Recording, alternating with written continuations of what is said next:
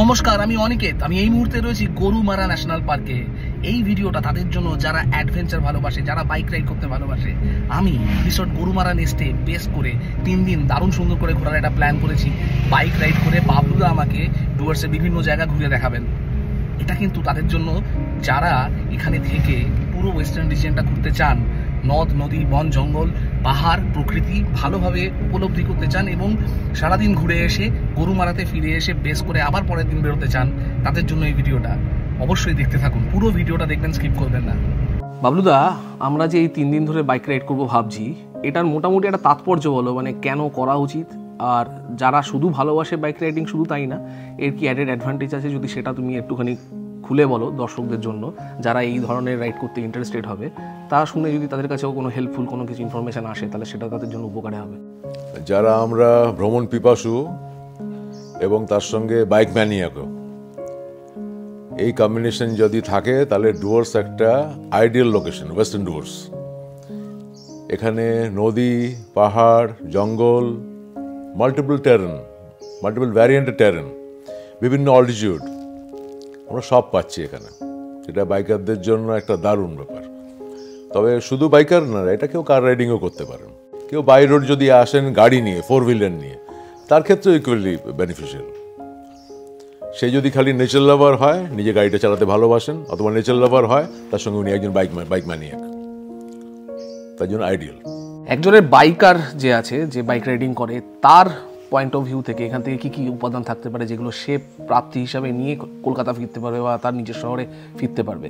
এই যে বাইক ট্রিপটা ওয়েস্টার্ন ডুয়ার্সের নিয়ে আমরা আলোচনা করছি এবং আমরা ট্যুর করতে বেরিয়ে যাব, এখানে একটা বাইকারের প্রাপ্তি অনেক। বাইকাররা যেটা চান, চ্যালেঞ্জ অ্যাকসেপ্ট করতে চান, তার অ্যাড্রিনালিন রাশ চান, সেটা এখানে দারুণভাবে আছে। তোর আগেও এখানে এসে ঘোরার অভিজ্ঞতা আছে, টেরেন কিরম মোটামুটি আন্দারে আসে। এখানে অফ রোডিং থেকে শুরু করে রিস্ক রিলেশন, বিভিন্ন চ্যালেঞ্জেস, সে রিভার ক্রসিংও হতে পারে, বোল্ডার রিজনও হতে পারে, পেবল রিজনও হতে পারে, সেই চ্যালেঞ্জেসগুলো আছে। ফরেস্টের মধ্যে দিয়ে আমি যাচ্ছি, ওয়াইল্ড লাইফ সাইটিং হতে পারে সেই ওয়াইল্ডনেসের মধ্যে দিয়ে। সুতরাং এই বাইকের কাছে দারুণ প্রাপ্তি। কলকাতা যেমন ধরো 30 মিটার, ডুয়ার্সের এখানে এই রিজিয়নটাতে মোটামুটি যে রেঞ্জটা, কারণ এখানে তো পাহাড়ও রয়েছে, টেরাই অঞ্চলও রয়েছে, তো মোটামুটি কতখানি হাইট গেন হতে পারে জার্নি করার সময়, যখন এখানে গরুমারাতে থাকবে, এখান থেকে যাবে, সারাদিন ঘুরে আসলো, এই যে তারতম্যটা, এটা ম্যাক্সিমাম কতটা হতে পারে?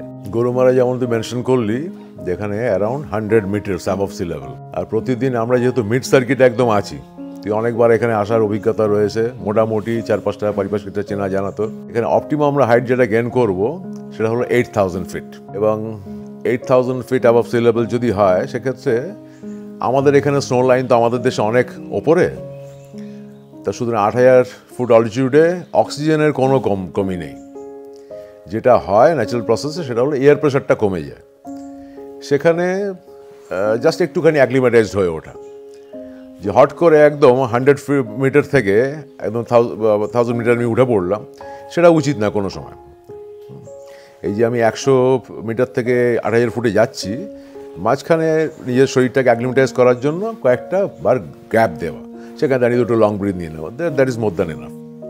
আর কারোর যদি কোনো আইডেন্টিফাইড কোনো প্রবলেম থাকে, কোনো কার্ডিয়াক হয়তো অপারেশন হয়েছে বা আইডেন্টিফাইড কোনো কার্ডিয়াক প্রবলেম আছে, সেক্ষেত্রে doctor will be the best জাজ। তার সঙ্গে একবার কনসালটেন্সি নিয়ে তবে আসা উচিত। উনি যদি বলেন যে না, তাহলে আসা উচিত নয়। আরেকটা প্রশ্ন যেটা সবাই করবে, আমিও করছি, সেটা হচ্ছে গিয়ে যারা বাইক নিয়ে আসবেন, নিজের বাইক, সব জায়গায় এখানে অসুবিধা হয়। যেমন শিলিগুড়ি শহরে যারা আসে, তাদের বাইক রাখা নিয়ে অনেক হোটেল প্রবলেম করে, এবং দার্জিলিং শহরেও অনেক জায়গায় প্রবলেম করে। তো আমরা যেটা বলতে চাইছি যে এখানে গরুমারাকে কেন্দ্র করে চারদিকটা ঘুরে দেখা, কালিম্পং জলপাইগুড়ি দুটো ডিস্ট্রিক্টেরই যে টেরাই অঞ্চলটা ওয়েস্টার্ন রিজিয়নে ঘুরে দেখার। কিন্তু যারা আসবে কলকাতা থেকে এত দূরে এসে, তাদের তো বাইকটা রাখার বা তাদের সেলফ গাড়ি যেটা আছে, ড্রিভেন কার, সেটা রাখার মতন এখানে ব্যবস্থা কি তোমার এই গরুমারা নেস্টে হবে? আর দ্বিতীয় প্রশ্ন, যারা গাড়ি নিয়ে আসছে না, হোয়াট অ্যাবাউট দেম? খুব সিগনিফিকেন্ট দুটো প্রশ্ন। প্রথম প্রশ্নটা হলো যে তার সিকিউরিটিটা, যেখানে পার্কিং করে রাখবেন সারা রাত্রি ধরে, সেখানে কতটা সেফ থাকবে। তা আমাদের এই প্রেমিসেসের মধ্যে অ্যাম্পল স্পেসের পার্কিং স্লট আছে, তুই জানিস। সেখানে 4 চাকা হোক বা 2 চাকা হোক, সেফ ম্যানারে এখানে রাখতে পারেন লোক, কোনো সমস্যা নেই তার জন্য। কারণ বাইকটা সবার একটা শখের জায়গা। কারণ আমার একটা বাইকে একটা যে স্ক্র্যাচ লেগে যে আমার বুকে লাগে বেশ, প্যাশন। গাড়ির ক্ষেত্রেও তাই হয়তো, তো সেইটা অ্যাসিওর্ড এখানে রাখার সুবন্দোবস্ত আছে এবং সেফ ম্যানারে রাখা। আর সেকেন্ড কোয়েশ্চেনটা হলো, কেউ যদি অন্য কোনো মোড অফ ট্রান্সপোর্টেশনে কলকাতা বা আরও দূর দূরান্ত থেকে এখানে এসে পৌঁছন, তাহলে তিনি গাড়ি কোথায় পাবেন, 4 হুইলার কোথায় পাবেন বা বাইক কোথায় পাবেন এটা আন্ডারটেক করার জন্য। শিলিগুড়িতে বেশ কয়েকটা সংস্থা হয়ে গেছে এখন, যারা রেন্টালে বাইক দেয় এবং যথেষ্ট রিজনেবল প্রাইসে দেয় পার ডে। সেখান থেকে বাইক নেওয়া যেতে পারে। জুম কার ফ্যাসিলিটি শিলিগুড়িতে আছে, সেখান থেকেও নেওয়া যেতে পারে। সুতরাং এটা কোনো বড় ডিল নয়, ইজিলি পাওয়া যেতে পারে। এবার আসি আইটিনারির কথায়। যারা যারা ডুয়ার্স ঘুরতে চান মোটামুটি ড্রাইভ করে, তাদের ক্ষেত্রে আমি আর বাবলুদা একটা প্ল্যান করেছি 3 দিন বাইক রাইডে বেরোবো এবং কিভাবে এই রুটটা হবে সেটা আপনাদের কাছে তুলে ধরবো। তো এই ভিডিওটা যেটা আছে এটার সাথে আজকে আমরা শুরু করছি হচ্ছে কি ডে 1। এখান থেকে আমরা বেরোয়ে পরপর 3 দিন ঘুরবো। এই পুরো ঘোরার ভিডিওটা 3টে সিরিজে আসবে, ছোট ছোট ভিডিওতে আপনারা পরপর দেখতে পারবেন আমার এইখানেই। আরও যদি ডিটেলসে ভিডিও চান ডুয়ার্স সম্পর্কে, আমার ইউটিউব চ্যানেল অনিকেত আনকেজড, ইউটিউবে গিয়ে সাবস্ক্রাইব করুন। সেখানে ডিটেলসে পেয়ে যাবেন সমস্ত ইনফরমেশান। আমরা মোটামুটি রাইড, টেরেন আর ওখানকার কী কীভাবে ঘোরা যায় সেটা কভার করছি একটা ছোট্ট ভিডিওতে, ভার্টিক্যাল ভিডিও। যে ডিটেল ভিডিও সেটা কিন্তু আমার ইউটিউব চ্যানেলে আসবে। তাছাড়া আরও অনেক জায়গায় আমি ঘুরে বেড়াই, সেখানকার ভিডিও আপনি আমার চ্যানেলে দেখতে পারেন। দেখতে থাকুন, সঙ্গে থাকুন, আজকের এই জার্নি পুরোপুরি দেখুন। যে কোনো জায়গা এক্সপ্লোর করার আগে সেই জায়গার মানচিত্র দেখে নিলে আপনাদের বেশ সুবিধেই হবে। পশ্চিমবঙ্গ তার মুকুটের কোলে অবস্থিত চিরসবুজের দেশ এই ওয়েস্টার্ন ডুয়ার্স। দক্ষিণে জলপাইগুড়ি শহর, উত্তর পশ্চিমে কালিম্পং এবং সিকিম, উত্তরে ভুটান, ঠিক এরই মাঝে সেন্ট্রাল লোকেশনে হলো গরুমারা ন্যাশনাল পার্ক। প্রায় 80 স্কয়ার কিলোমিটার বিস্তৃত এই ন্যাশনাল পার্কের ঠিক উত্তরের সীমান্ত গ্রাম দক্ষিণ ধূপজড়ায় চা বাগান দিয়ে ঘেরা বাবলুদার এই আস্তানা রিসোর্ট গরুমারা নেস্ট। ব্রেকফাস্ট করলাম আলুর পরোটা আর ফ্রুট জুস দিয়ে। এখানকার খাওয়া দাওয়া এক কথায় অসাধারণ। ওদিকে বাবলুদার হিমালয়ান স্ক্র্যামলার তখন রেডি। কোনো রকম কাল বিলম্ব না করেই বেরিয়ে পড়লাম দুজনে। আজকে আমাদের প্রথম গন্তব্য 26 কিলোমিটার দূরত্ব অতিক্রম করে সামসিং টি এস্টেটের লালিগুরাস ভিউ পয়েন্ট। ধূপজোড়ার গ্রামের রাস্তা থেকে বাতাবাড়ি আর মঙ্গলবাড়ি হয়ে রাস্তাটা চলে গিয়েছে চালসা মোড় অবধি। এই রাস্তাটায় বেশ কিছু জনবসতির দেখা পেলাম। রাস্তার দুধারে পরপর চা বাগান আর অবিন্যস্ত বন জঙ্গল। পিচের ঝকঝকে রাস্তা পেরিয়ে আমাদের বাইক চালসা মোড় পৌঁছাতে খুব একটা সময় নিল না। ডান দিকে চাপড়ামারি আর বাঁ দিকে মালবাজার যাওয়ার রাস্তাকে বিদায় জানিয়ে আমরা সোজা মেটেলি টি গার্ডেন হয়ে সামসিং যাওয়ার রাস্তাটা ধরলাম। এইখানে বেশ কিছুটা হাইট গেইন করলাম আমরা। রাস্তাটাই এঁকে বেঁকে চলেছে, দুদিকের মাইলের পর মাইল চা বাগান। এই পথে বর্ষাকালে এলে কিন্তু দারুণ সুন্দর লাগে। চালসা থেকে 15 কিলোমিটার রাস্তা কখন পেরিয়ে যাবেন আপনি খেয়াল করতে পারবেন না। আমরা এই রাস্তায় বহুবার এসেছি, তাই রাস্তাটা চেনা। লালিগুরাস ভিউ পয়েন্ট যদি আপনারা কোনো রকম গাইড ছাড়াই আসেন, সেক্ষেত্রে ম্যাপে রাস্তাটা দেখে নেবেন। সামসিং মেটেলি রোড থেকে একটা ডান দিকে রাস্তা নিতে হয়। আমরা সে রাস্তা ধরেই এসে পৌঁছালাম আমাদের প্রথম গন্তব্যে, লালিগুরাস ভিউ পয়েন্ট।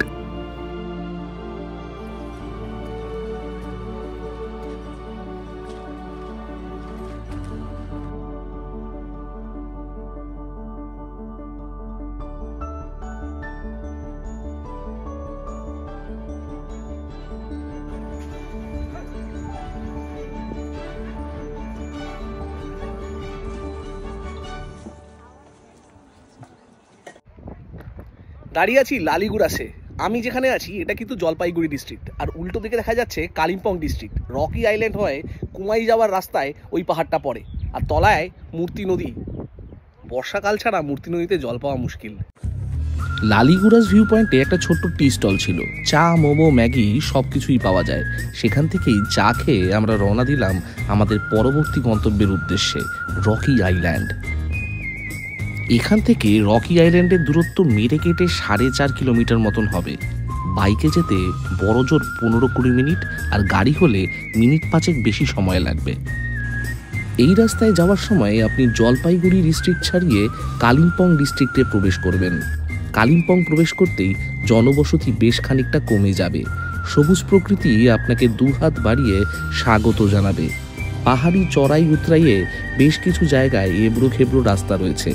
একজন বাইক রাইডার এরকম চ্যালেঞ্জ হেসে খেলে গ্রহণ করবেন। এই রাস্তাতেও গুগল ম্যাপের সাহায্য নেবেন যদি গাইড সঙ্গে না থাকে। সুলতানেখোলা যাওয়ার জঙ্গলের রাস্তা ধরার আগে একটা ডান দিকে নিতে হবে, সেটা মাথায় রাখবেন। এরপর পাহাড় জঙ্গল ঘেরা ছোট ছোট জনবসতির মধ্যে দিয়েই আমরা পৌঁছে গেলাম রকি আইল্যান্ড। এখন যখন এসেছি এই সময় ট্যুরিস্ট বেশ কম। এই ব্রিজটা বেশ পুরনো এবং এখান থেকে পাহাড় জঙ্গল ঘেরা পুরো ভ্যালিটা বর্ষাকালে দারুণ লাগে।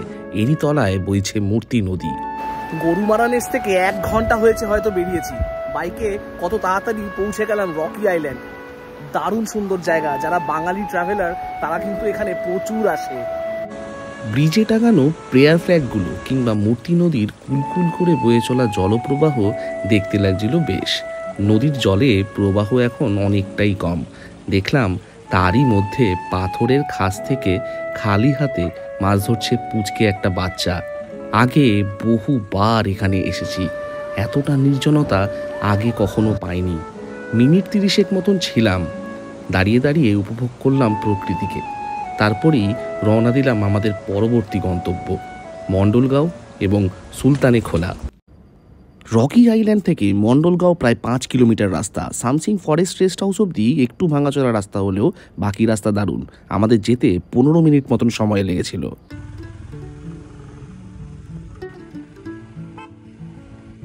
সত্যি কথা বলতে গেলে সামসিং বেশ বড় একটা জায়গা। চা বাগান, পাথুরে নদী, পাহাড় আর জঙ্গল সব কিছুই এখানে পাবেন।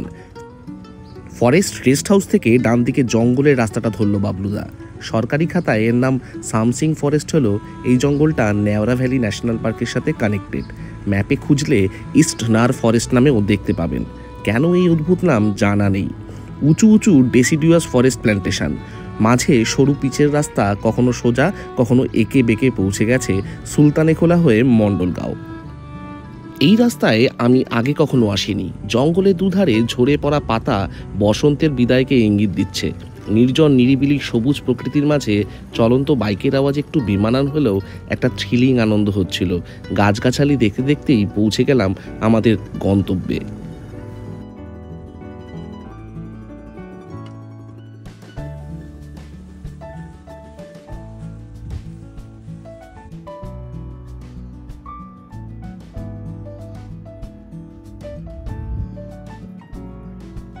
রকি আইল্যান্ড থেকে স্টার্ট করে 10 মিনিটে সান্তালেখোলা হয়ে সোজা উপরে উঠে এসেছি মণ্ডলগাঁও। এখানে একটা ছোট্ট একটা হোমস্টে কাম ক্যাফে রয়েছে, সেখান থেকে আমরা একটু চা পকোড়া, কফি এই জাতীয় কিছু খাবো। পিছনে বাবলুদা দাঁড়িয়ে দাঁড়িয়ে প্রকৃতি দেখছে, আমিও এনজয় করছি দারুণ। এখান থেকে দূরে রকি আইল্যান্ডটা সুন্দর দেখা যাচ্ছে। কত তাড়াতাড়ি যে বাইক থাকলে উপরে উঠে আসা যায়, না আসলে বুঝবেন না। এদিকে আকাশে ইতিউতি কালো মেঘের আনাগোনা কোথা থেকে দমকা হিমেল হাওয়া এনে দিল। নির্জন পাহাড়ি গ্রামেও বেশ সাজানো একটা ক্যাফে দেখে বাবলুদা আগে থেকেই চা আর গরম ভেজ পকোড়া অর্ডার করে দিয়েছিল। এই ক্যাফের খাবারের স্বাদ কিন্তু আমার দারুণ লেগেছিল। বিশেষ করে পকোড়াটা নিয়ে তো কোনো কথাই হবে না।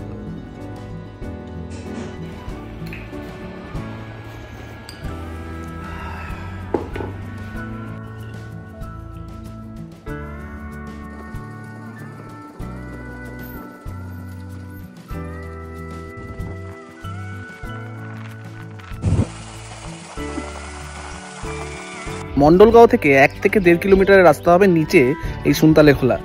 জায়গাটা খুব সুন্দর। উপরে একটা পুরনো রোপওয়ে আছে, যারা আসবেন দেখতে পারেন, কিন্তু জায়গাটা প্রচণ্ড ঘিঞ্জি। তবে লালিগুরাস থেকে যে রাস্তাটা রকি আইল্যান্ড এসছে তার অন্যদিকে আরেকটা রাস্তা চলে এসেছে সুলতানেখোলা। এখানে আসতে গেলে কিন্তু এখানকার অ্যাসোসিয়েশনের গাড়ি নিয়ে আসতে হয়। যদি বাইক নিয়ে আসেন সে প্রবলেমটা কিন্তু নেই। সান্তালেখোলা আসলে লোকাল ফার্ম লাইফকে প্রত্যক্ষ করতে পারবেন। এখানে পুরোপুরি অর্গানিক ফার্মিং হয়। আমরা অবশ্য পুরো রুটের ভিডিও করার তাগিদে বেশিক্ষণ ছিলাম না, কিন্তু তারই ফাঁকে দেখি বাবলুদা নিজের কাজ করে চলেছেন। বাবলুদা এখানে এসেও চা খাচ্ছে। ওখানে কফি খেলো, 1.5 কিলোমিটার নেমে এসে এখানে আবার চা খাচ্ছে। পারেও বটে। আমাকে অ্যারেস্ট করলি, কিন্তু যদি ডিপলি চিন্তা করে দেখিস এটা খুব হেলদি প্ল্যানিং। কিন্তু এমনি জল টল খাওয়া হচ্ছে না, আর চা হলে কোনো কন্টামিনেশনের ব্যাপারটা থাকে না। ফোটায় জলটা অ্যাটলিস্ট এই চিনি ছাড়া লিকার চা ডিহাইড্রেশন কাটিয়ে দিচ্ছে, আর স্টিমুলেন্টও বটে। তোকে দারুণ ভাবে ঘোরাতে পারবো তাহলে। বাবলুদা সম্পর্কে একটাই কথা বলার, হি ইজ মাই বেস্টি। ইউটিউবের দুনিয়ায় যেদিন থেকে একলাটি পথ হাঁটি সেদিন থেকেই নানানভাবে আমাকে স্বার্থহীনভাবে সাহায্য করে এসেছেন বাবলুদা। লোকটা একা একা বনে বাদারে ঘুরে বেড়ান, রিসর্টের ব্যবসাটা আছে বটে, কিন্তু তার থেকে অনেক বেশি ইম্পর্টেন্স দেন প্রকৃতিকে, মানুষকে, বন্ধুত্বকে। যারা বাবলুদাকে খুবই কাছ থেকে বহুদিন চেনেন তারা জানেন বাবলুদার মনটা দার্জিলিং চায়ের থেকেও দামি। জানি এই ভিডিওটা তুমি দেখবে বাবলুদা, তোমাকে একটাই কথা বলার, এমনই থেকো। প্রার্থনা করি may you live a long time। এরপর আমরা সামসিং হয়ে যে রাস্তায় এসেছিলাম সেই রাস্তা দিয়েই ফিরে সাকাম ফরেস্টের রাস্তা ধরলাম। সাকাম ফরেস্টের চেকপোস্ট অবধি রাস্তাটা প্রায় 3.5 কিলোমিটার মতন। রাস্তা ফাঁকাই, মিনিট 10-এর মধ্যেই পৌঁছে গেলাম। জনপ্রতি 20 টাকা আর বাইকের জন্য 20 টাকা দিয়ে টিকিট কাটলাম আমরা চেকপোস্ট থেকে। চেকপোস্টের ফরেস্ট গার্ডরা বেশ বন্ধুবৎসল, তারা আমাদের গাড়ির নাম্বার নোট করে রাখলো। ভৌগোলিক দিক থেকে সাকাম ফরেস্টের গুরুত্ব দারুণ। উত্তরে নেওড়া ভ্যালি, দক্ষিণে চাপড়ামারি ফরেস্টের সাথে যোগাযোগ স্থাপনকারী এ জঙ্গল। নেওড়া ব্রিজ অব্দি 7 কিলোমিটার রাস্তা পুরোটাই ফরেস্টের মধ্যে দিয়ে গিয়েছে। মাঝ রাস্তায় একটা ছোট্ট রেস্ট পয়েন্ট রয়েছে, সেখানে দাঁড়িয়ে একটা দারুণ উপলব্ধি হলো। সাকাম দিয়ে যেতে যেতে এখানে একটা ফাঁকা জায়গা পেলাম। এখানে সুন্দর দাঁড়ানোর একটা জায়গা আছে, এখানে চাইলে একটু রেস্ট করতে পারেন। আগে এখানে বসার জায়গা ছিল, এখন নেই। এই জায়গাটা অনেকে লাভার্স ভিউ পয়েন্টও বলে। দূর থেকে নেওড়া নদী চলে যাচ্ছে, নদীর আওয়াজটা কিন্তু এখান থেকে পরিষ্কার শুনতে পাচ্ছি। প্রকৃতি ভারী অদ্ভুত। এই গাছটা যেটা সামনে আমি দাঁড়িয়ে আছি এটা কিন্তু কমপ্লিটলি মৃত, ডেড। এখানেও আমি দেখছি ফার্ন হয়েছে, উপরে মস হয়েছে। কি ভারী আশ্চর্যের জিনিস, সবকিছু ট্রান্সফরমেশন হচ্ছে, কোনো কিছু নষ্ট হচ্ছে না। সাকাম ফরেস্টের মধ্যে দিয়ে গেলে একটু অ্যালার্ট থাকবেন। এই রাস্তায় মাঝে মধ্যেই হাতিদের পাল এসে পড়ে। রাস্তাটা সরু এবং জঙ্গলের মধ্যে দিয়ে এঁকে বেঁকে গিয়েছে। নেওড়া ব্রিজ আসার আগে একটা ছোট্ট অফ রোডিং রাস্তা ডান দিকে জঙ্গলের মধ্যে দিয়ে ঢুকে গিয়েছে। এগুলোই দেখতে পাবেন ইঙ্গু নদীর উপরে ছোট্ট একটা ড্যাম। বর্ষায় জল প্রচুর থাকে, এখন তেমন নেই। পায়ে হেঁটে একটু এগোলেই দেখতে পাবেন ইঙ্গু আর নেওড়া নদীর সঙ্গম। এখান থেকে মিনিট 5-এর রাস্তা নেওড়া ব্রিজ। নেওড়া নদীর উপরে তৈরি এই ব্রিজটাই নেওড়া ভ্যালি ন্যাশনাল পার্কের সাথে সাকামের যোগাযোগ ঘটিয়েছে। নেওড়া নদীতে জল প্রায় নেই বললেই চলে। দেখলাম স্থানীয় কিছু ছেলেপুলে নদীতে নেমে গল্পগুজব করছে। সাকাম ফরেস্ট এবং তৎসংলগ্ন অঞ্চলের মধ্যে ছোট্ট ছোট্ট অনেক পাহাড়ি গ্রাম রয়েছে, যা আপনি এক্সপ্লোর করে নিতে পারেন। পশ্চিমবঙ্গের ট্যুরিজম মানচিত্রের মধ্যে এখনও আসেনি এমনই একটা ছোট্ট পাহাড়ি গ্রাম হলো হাড়খোলা গ্রাম। যে বাইক অফ রোডিং করতে সক্ষম এমন বাইক হলে তবেই এখানে যাওয়া যায়। আমরা শহরে থাকি, জীবনযাপনের প্রচুর সুবিধা আমরা পাই। পরন্ত দুপুর গড়িয়ে বিকেলের স্নিগ্ধ আলোতে এই নতুন গ্রামটা যেন একটা অন্য কোনো গ্রহ, অন্য কোনো বাস্তবতা। জঙ্গলের মধ্যে একটা গ্রাম, প্রচুর সুপুরি গাছ, তারই মাঝে আলাপ হলো উত্তমের সাথে। দারুণ মিশুকে মানুষ, ওর থেকেই জানতে পারলাম এই গ্রাম সম্পর্কে নানান কথা। একটা নতুন গ্রামে এসে পড়েছি, অফ রোডিং রাস্তা দিয়ে। বাবলুদা হঠাৎ করে উঠে নিয়ে আসলো। এই রাস্তাটা সোজা চলে গেছে উপরের দিকে সৌরেনি, প্রায় 9 কিলোমিটারের রাস্তা। আর এই যে গ্রামটা, দারুণ সুন্দর একটা প্রাকৃতিক পরিবেশের মধ্যে গ্রাম। অল্প কিছু মানুষজন এখানে বসবাস করে। এই গ্রামটার নাম হচ্ছে হাড়খোলা। বাবলুদা এখানে বেশ গল্প জমিয়ে বসেছে। বাবলুদা উত্তমকে বোঝাচ্ছিল ভিলেজ ফার্মিং সম্বন্ধে, কিন্তু যাতায়াতের রাস্তা তো ঠিক রাখতে হবে। উত্তমও বেশ মন দিয়ে শুনছিল। জানি না আদৌ বাস্তবে হবে কিনা। এত সুন্দর নিরিবিলি একটা পাহাড় জঙ্গল ঘেরা গ্রাম, আমার বড্ড খারাপ লাগছিল এখানকার মানুষদের জন্য। আমরা এই গ্রামের লোকজনের সাথে কথা বলছিলাম। এই গ্রামটা কিন্তু প্রায় 70-80 বছরের পুরনো একটা গ্রাম, নতুন একটা তৈরি হওয়া গ্রাম এরকম নয়। এই যে রাস্তাটা, এই রাস্তাটার এত ভয়ানক কন্ডিশন, এখানে যে ট্যুরিজম গড়ে উঠবে সেটা কিন্তু সম্ভব না। কিন্তু ট্যুরিজম গড়ে ওঠার মতন সমস্ত রসদ কিন্তু এখানে রয়েছে। দারুণ সুন্দর প্রাকৃতিক পরিবেশ, নির্জন একটা গ্রাম। এখানে কিন্তু ফার্মিং হতে পারে, এখানে খুব সুন্দর একটা ট্যুরিজম কেন্দ্র গড়ে উঠতে পারে। কিন্তু রাস্তা তো ঠিক হতে হবে। ফরেস্ট ডিপার্টমেন্টের লোক, পিডব্লিউডি, লোকাল এমএলএ, এমপি যারা আছেন, যদি শোনেন প্লিজ, এই যে 150 জন মানুষ বাস করে, সঙ্গে উপরে যে শহরিনী রয়েছে, সেখানে যাতায়াতের যে রাস্তাটা, লোকাল স্কুলে যাওয়ার জন্য বাচ্চাদের জন্য এই রাস্তাটা দরকার। প্রকৃতি দরকার, ফরেস্ট দরকার, সঙ্গে মানুষজন দরকার। মানুষ না থাকলে কিন্তু প্রকৃতি একা থাকবে না, আমাদের জন্যই প্রকৃতি। প্রকৃতিকে বাঁচাতে হলে আমাদের কিন্তু নিজেদের জায়গাগুলোকেও ঠিক করতে হবে। এই রাস্তাটা যদি হয়ে যায়, অনেক মানুষ উপকৃত হবে। প্লিজ এই রাস্তাটা পারলে করে দিন।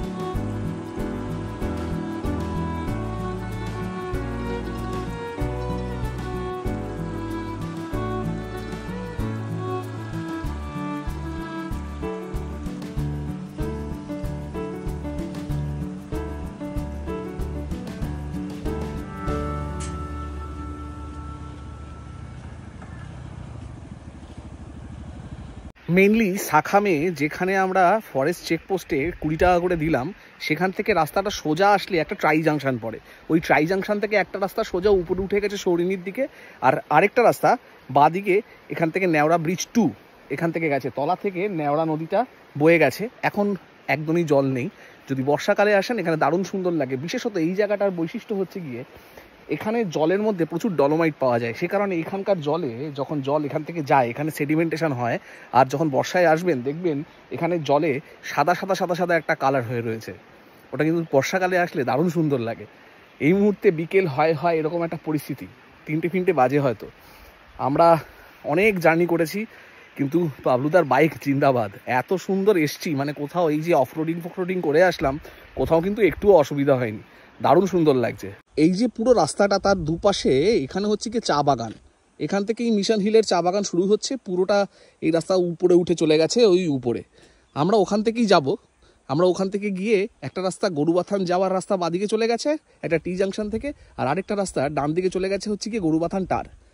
এই জায়গাটা আমি যখন রয়েছি একদম সাইলেন্ট, বলে বোঝাতে পারবো না যে এটা কত সুন্দর লাগছে। প্রায় 3টে বাজে, রাস্তায় যে চা পকোড়া খেয়েছিলাম তারপরে কিন্তু এখনো খিদে পাইনি। দারুণ সুন্দর রাইড হচ্ছে, দারুণ সুন্দর লাগছে। এখন আমাদের নেক্সট গন্তব্য হচ্ছে গরুবাথান টার। এই রাস্তাটা পিছন থেকে সোজা চলে গেছে। এরপরে আমরা গরুবাথান টার হয়ে ফিরে যাব রিসর্টে।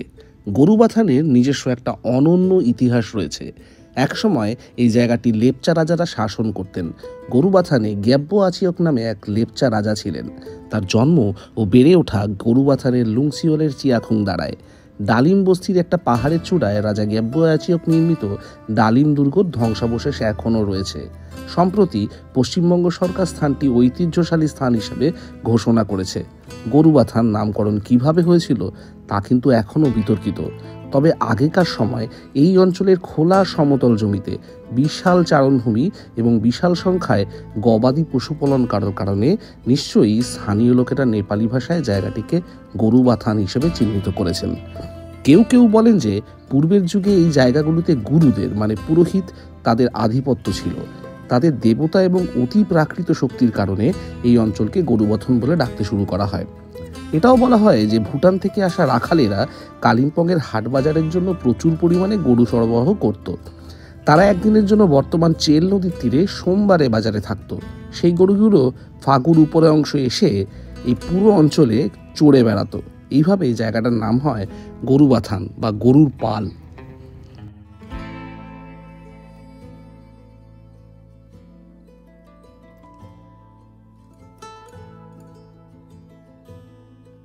নেপালিতে টার কথাটা শব্দ মানে হচ্ছে টেবিল টপ। গরুবাথানে যেরকম ডালিম টার আছে সেরকমই একটা টার রয়েছে, যেটার নাম হচ্ছে গরুবাথান টার। এখানে একটা চার্চ রয়েছে, ছোট্ট নির্ভেজাল সুন্দর একটা ভালো গ্রাম। এখানে এসে শুধুমাত্র প্রকৃতিকে এনজয় করতে পারেন। আমরা যে নেওড়া থেকে আসার রাস্তাটা কিন্তু দারুণ।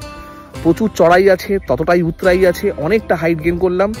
এটার উচ্চতা প্রায় ডালিম টারের মতনই হবে, মানে ওই 1000 ফিটের মতন। দুর্দান্ত লাগছে। আর যে রাস্তা দিয়ে যাচ্ছি এই রাস্তাটাই সোজা চলে গেছে গরুবাথান। অসাধারণ একটা এক্সপিরিয়েন্স। বাইকে রাইড করার এত মজা, যারা বাইকে রাইড করেন তারাই শুধু বুঝতে পারবেন। গরুবাথান থেকে আমরা ওদলাবাড়ির দিকের রাস্তা ধরি। সেই রাস্তা ধরে ডামডিম মনেস্ট্রিকে বাইপাস করে আমরা মালবাজার হয়ে চালসা হয়ে ফিরে আসি আমাদের গন্তব্যে। সময় ও সুযোগ হলে ডামডিম মনেস্ট্রি অবশ্যই ঘুরে দেখবেন।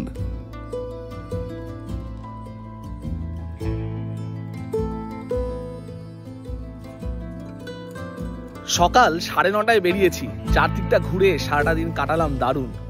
এখন সূর্য পাটে চলেছে, আকাশে আগুন লাগছে। বাবলুদা, আজকের ট্রিপটার জন্য থ্যাংক ইউ সো মাচ। দারুণ দারুণ দারুণ। যারা বাইক রাইড করতে চাইছেন অবশ্যই এইভাবে ঘুরে দেখতে পারেন। এখানে গরুমারা রেস্টে থেকে চারদিকটা ঘুরে আবার বিকেলবেলা দারুণ সুন্দর করে ফিরে আসলাম। ভালো খাওয়া দাওয়া, সুন্দরভাবে থাকা, আরামে একটা রাত্রি কেটে যাবে।